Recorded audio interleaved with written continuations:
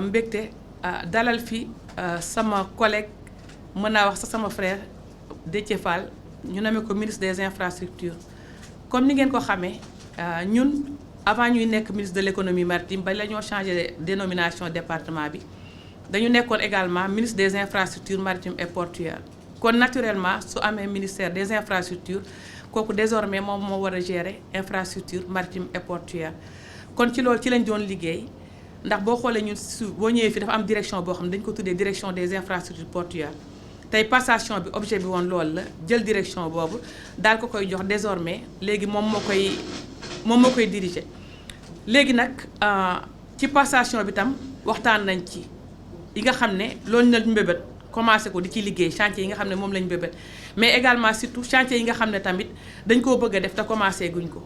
wax nañ ci lu mel ni quai de Joal bi nga xam ne commencé nañ ko wax nañ ci Cap Skirring bi nga xam ne def nañ première pierre bi mais surtout perspective yi wax nañ ci port Saint-Louis nga xam ne dañu soxla mu am quai bu baax. également aussi wax nañ aussi ci port bi nga xam ne ñu ngi koy fas yéene def ci Nikin loo xam ne aussi études yi ñu ngi fi ñu ngi commencé di ci waxtaan. di ko xamal tamit que ne loolu sax dafay loo xam ne dafa war a nekk ñaar département yi dinañ lëkkaloo ndax moom buy def ci infrastructure portuaire kon ñun lay defal. kon wan nañ ko suñu disponibilité vraiment ak suñu engagement nekk ci wetam ñu àndandoo liggéey ngir defar secteur bi yokkute ko mu jëm kanam mais bala may tëj rek ngeen may ma vraiment mu félicité ko ndax fi ñu ko tabb jox ko ministère bi ndax xam naa ne mëne na ko ndax ku nekk xam na ne am na formation bi donc sur le plan intellectuel mëne na ko mais également sur le plan politique am na dayoo boo xam ne ak taxaw boo xam ne wane na ne lii ñu ko jox loo xam ne war na ko mën a occuper la kon ñu ngi koy féliciter vraiment ba pare di ko ñaanal yàlla yombalal ko liggéey bi lool ba nga xam ne li tax président de la république ak monsieur le premier ministre wóolu ko ba jox ko mu def lu kawe seen njort incha allah waa kay jërë ngeen jëf.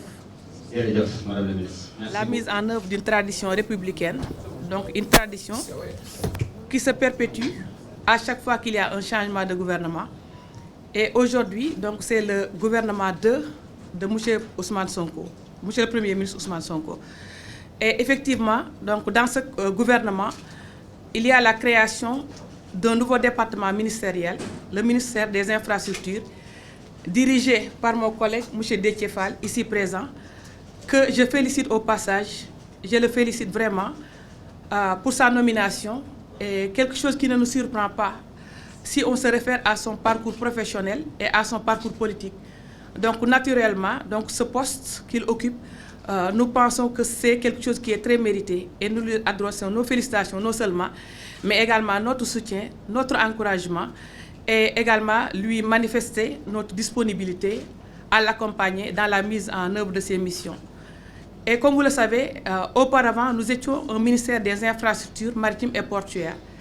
Et avec la création de ce nouveau département, effectivement, ces compétences sont désormais transférées à mon collègue.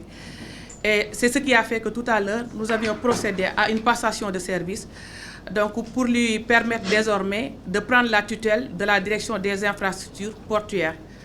Et j'en ai profité aussi pour lui présenter les chantiers qui sont en cours en matière de construction, en matière de réparation, d'entretien, d'infrastructures, les chantiers qui sont en cours, mais également les perspectives. Et lui parler également de l'ambition que nous avons au niveau du département de développer ces infrastructures portuaires.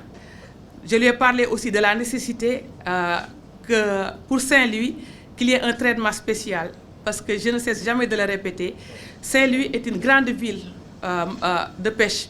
Mais aujourd'hui, on n'a pas d'infrastructure digne de ce nom. On n'a pas de quai de pêche qui est agréé à Saint-Louis. Donc c'est un projet que nous avons, je lui en ai parlé, de même que concernant également le port de Nikin, le port en eau profonde, qui est un projet également très important pour le sud. Et donc, monsieur le ministre a toutes les informations.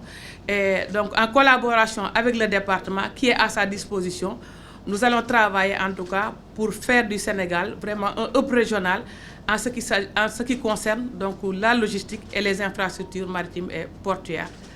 Voilà, c'est la déclaration que je voulais faire et je vous remercie de votre aimable attention. Quoi?